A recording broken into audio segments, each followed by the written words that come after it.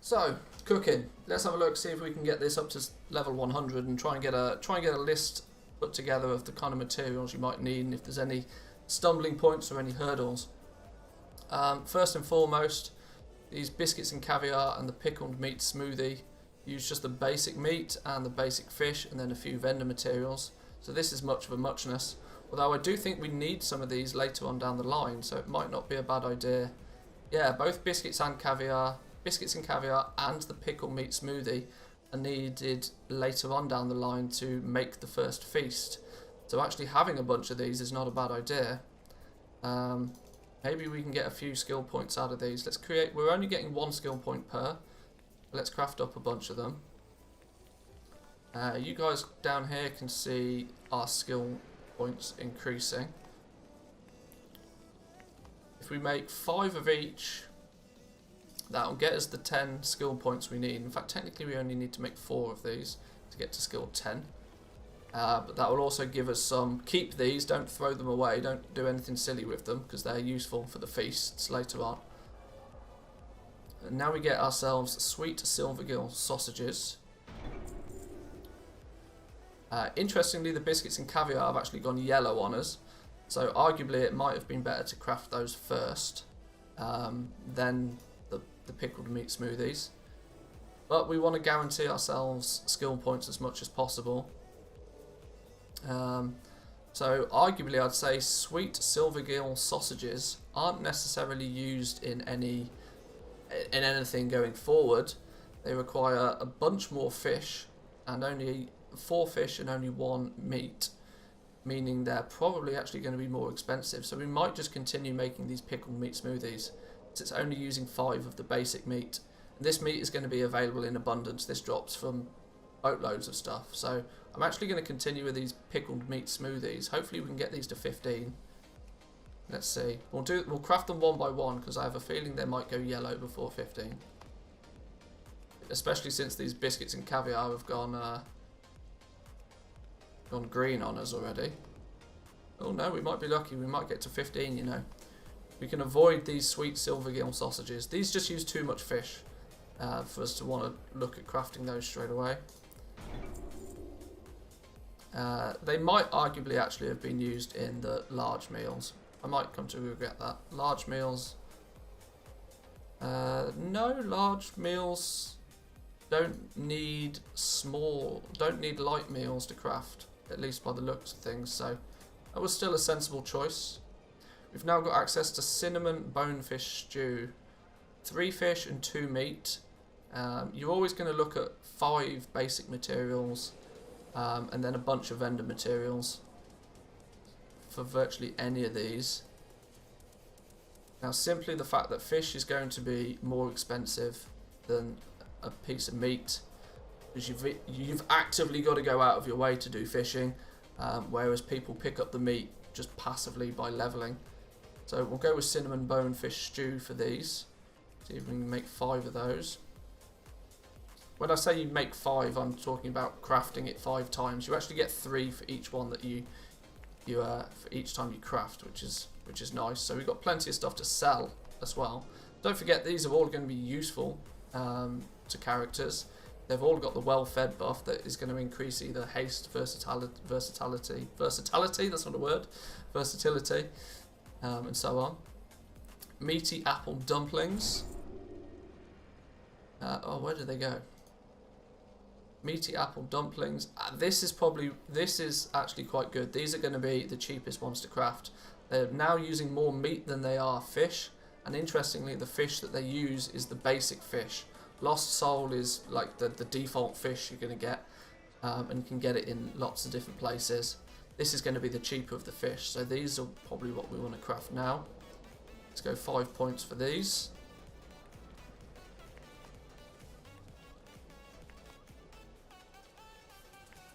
It's pretty smooth, it's not using a huge amount of materials. Most of this you could farm up yourself quite comfortably if you wanted to sort of passively level up your cooking. We've unlocked Butterscotch marinated ribs. 4 ribs, 4 meat and only 1 fish. This is good. Let's go with those for 5. Requires cooking fire. Has my cooking fire expired? Throw down a cooking fire again. 1, 2, 3, 4, 5 of those. Ah, we do actually need to get to 35 this time. So it might actually mean we need to craft either 10 of these, assuming that they don't go yellow. Yeah, we might need to craft a whole bunch more of these butterscotch ribs. So be prepared to buy up some more ribs than you would of the other materials. What do these offer? These are crit, 18 crit. So any class like BM hunters, for example, would take advantage of these. They prioritise crit pretty heavily. We've got our first large meal, candied applejack cakes. Still using primarily vendor materials, which is nice.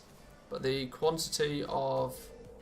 we're now going to step up from needing only 5 regular materials to needing 10 regular materials. In this case, actually 10 pieces of fish.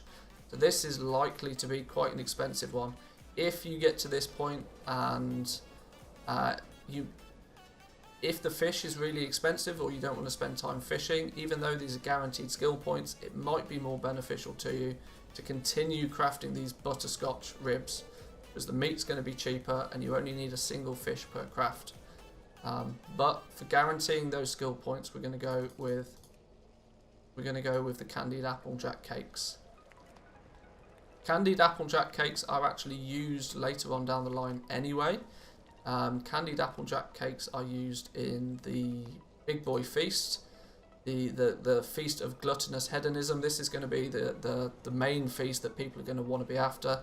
It does require you to be Court of Harvesters revered, so expect to spend some time in Revendreth if you want to pick this pattern up. But the fact it uses these candied applejack cakes, even if you don't craft them whilst leveling up cooking, expect to have to craft some at some point anyway. Interestingly, it did grey out the last of the light meals by the time we hit 40, so be prepared to have to craft some of these. These banana beef puddings are also used in that same feast, so the same situation applies. Be prepared to craft some of these regardless of what you do now. If you craft these, I would suggest maybe not selling them on the auction house. Keep hold of these for when you get to the point where you want to craft those feasts. They'll become helpful then. So let's go 5 points in these.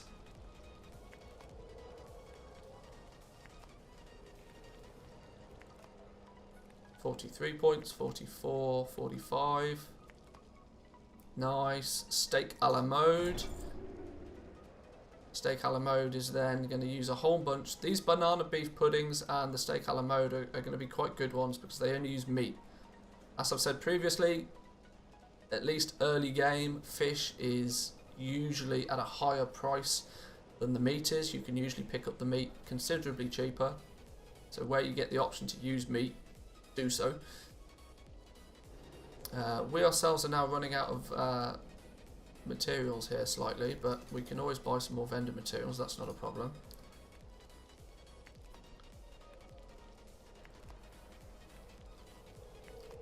$48, $49, this should get us to 50.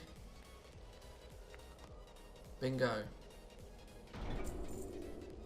Baller ravioli with apple sauce. Nice. Lots of meat. Starting to use a few fish again.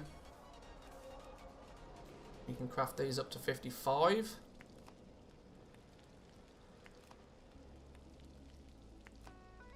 Might have to replenish our vendor materials in a second. Temperous Crown Roast Aspic. Whatever that means. That's a real random name, but sure. We're out of rich grazer milk.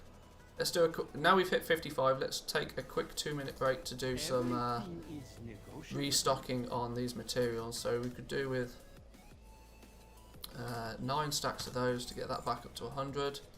Buy a whole bunch more of these, just so we've got these in stock. You never, I mean, be lavish when buying these. It's not like you're not going to use them. And since they're on a vendor, you'll use them at some point, and they don't really. They're like literally 75 silver each, so I'm sure you can splash out on these without it affecting the bank account too much. Let's just Grab up a whole bunch of those, and lustrous wheat flour. We actually used quite a lot of that. Okay, that should do us for vendor materials for now. Is always appreciated. Where are we at? There we go. Has our cooking fire run out again? Our cooking fire's run out.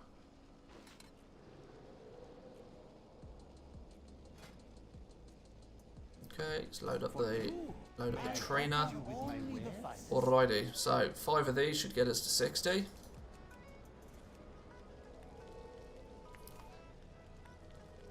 Now these sort of things are what you can either look to use yourself if a haste boost is beneficial to you. The crawler ravioli gives you a boost of mastery. If they're not useful for you directly, sell them on the auction house. These are the large meals. These are the best single well-fed secondary stat boosts that you can craft, so these will sell nicely. What I love about cooking early in an expansion is literally all of it sells, and all of it sells at a nice profit. The downside is that everybody can level cooking, but since it uses such a wide variety of materials and most people don't like fishing, you can usually make a whole bunch of gold really quickly and easily with cooking. It's one of my favourite professions for the beginning of an expansion. We need to get to 75 this time before we can actually learn anything new. So we've got quite a way to go. It might be worthwhile looking at crafting some more of these until these at least go yellow, just to guarantee that we don't end up crafting way too many of the same thing. I'll single craft these just because there's a chance they might go yellow. We want to avoid yellow ones, even though they're likely to actually give you a skill point still. It's when the plan's orange that it guarantees it, so 64. Now we've hit 65, it's gone yellow, meaning we are going to need to craft a whole bunch of these. Arguably 10, hopefully only 10, that will get us to the 75, where we will get our first feast. 68, 69, giggity. 70. Now it's gone yellow, so you actually getting to 75 may take you a few more crafts if you're unlucky with the RNG game. I only missed 1 skill point from there, so that's not too bad. These phantasmal haunches are going to be quite expensive. This is one of the more valuable meats, so be aware of that if you're trying to buy it off the auction house. It is likely to be more expensive. Now we've got our first feast, and interestingly it is only the feast that is going to give us guaranteed skill points now, and we need 10 skill points before we get our next patterns. So let's see what is it that's holding us back in terms of materials here. You see, very early I said that you're going to need the biscuits and caviar and the pickled meat smoothies to craft the feasts, and that's exactly where we're at now. We need to craft up some more biscuits and caviar to be able to get these feasts. So biscuits and caviar, let's craft up a handful of these. We're going to need enough materials to craft at least 10 feasts.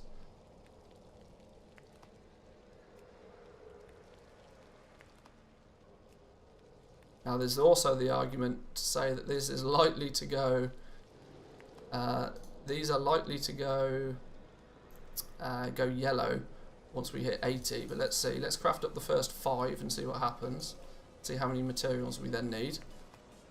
Thing to note with these feasts is they're starting to use the Elysian Thade, which is the rare fish. This is in essence the midnight salmon of Shadowlands. It's going to be quite expensive. Expect to have to spend a couple of hundred gold on each one of these to begin with, I would imagine. Oh, we've hit 80 and the feast has still stayed orange. That's really good news. So we need to just acquire enough materials to get to 85. So we're going to need another 20 pickled meat smoothies. So that's 6 or 7 crafts of that one. Oh, we don't have enough material still. We're out of vendor mats again. For you, I offer only the finest. When I said you should be liberal with the amount of vendor mats, more liberal than I was, because we've burnt through these vendor materials pretty quickly.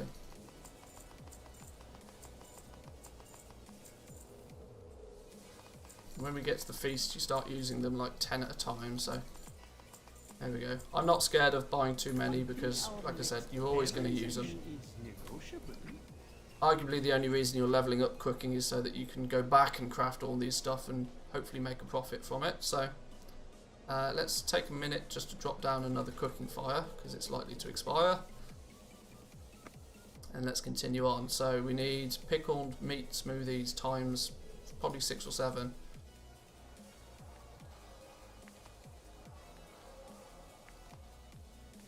It might, looking back on it, it might be worthwhile to literally craft these until early in the leveling. It might be better to craft these until they go grey, because the quantity that you're going to need for these feasts later on means that if you can get skill points for these early days, it's probably a worthwhile move.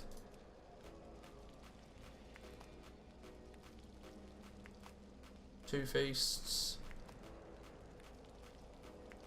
What are we missing then? What's holding us back from crafting these? We are missing... What are we missing? Ah! I'm actually missing creeper crawly meat. So I've now hit a brick wall. I'm also starting to miss... I'm missing some fish. So from this point on, I'm actually going to have to halt on the guide right now until we can actually get this a little bit more. I need to go get some more fish. I need to go get some more meat, so that we can hopefully push this from 80 to 100. Okay, so after a brief interlude to gather some more materials, we can continue with cooking. We're at 80, we need to get to 85. Feasts is going to be the way.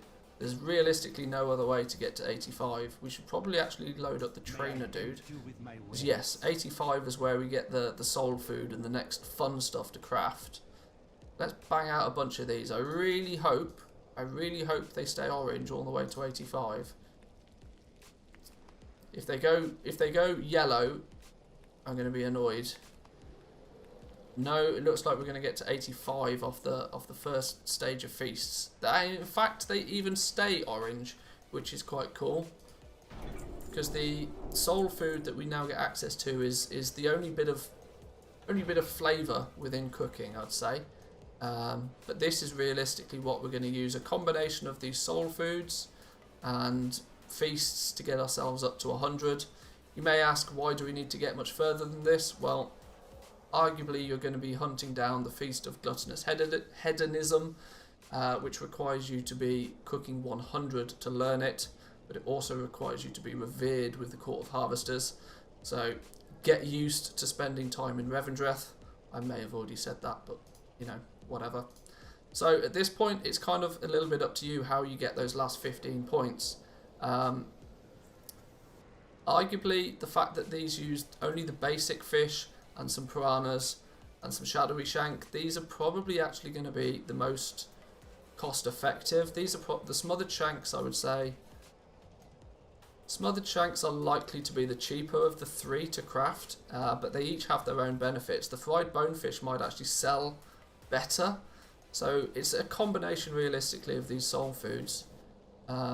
We learnt the smothered shank first, which leads me to believe it's likely going to go yellow at some point before we get maybe 90, 95. This might go yellow, so I'll craft a few of these first. 90. They did all stay orange, which is nice. Maybe 5 more of the Seraphith tenders. If you've got the ability to, it's usually worthwhile crafting a variety of stuff, so at least it gives you better chance to sell some things. And actually these soul food have still stayed orange, so we'll be able to use these all the way to 100. How wonderful is that? 97, 98, 99, 100, and we can learn Quiet Hounds to give ourselves the ghostly appearance. Interestingly, it's orange even though we're max skill. So there we go, guys. There was cooking from skill 1 to skill 100. We crafted a whole bunch of stuff. Things to note is that we actually were somewhat forced into making some of the feasts. We had to make 10 of the basic feasts to begin with. meaning that at the beginning it's probably wise to make a whole bunch of these biscuits and pickle meat smoothies. Pretty much maximize those out because you're going to use them later on down the road to make these feasts anyway. So there we go, there's cooking. Hope that was useful to you. If the video was helpful, give it a like, subscribe if you're new around here, and I'll see you guys next time. Peace.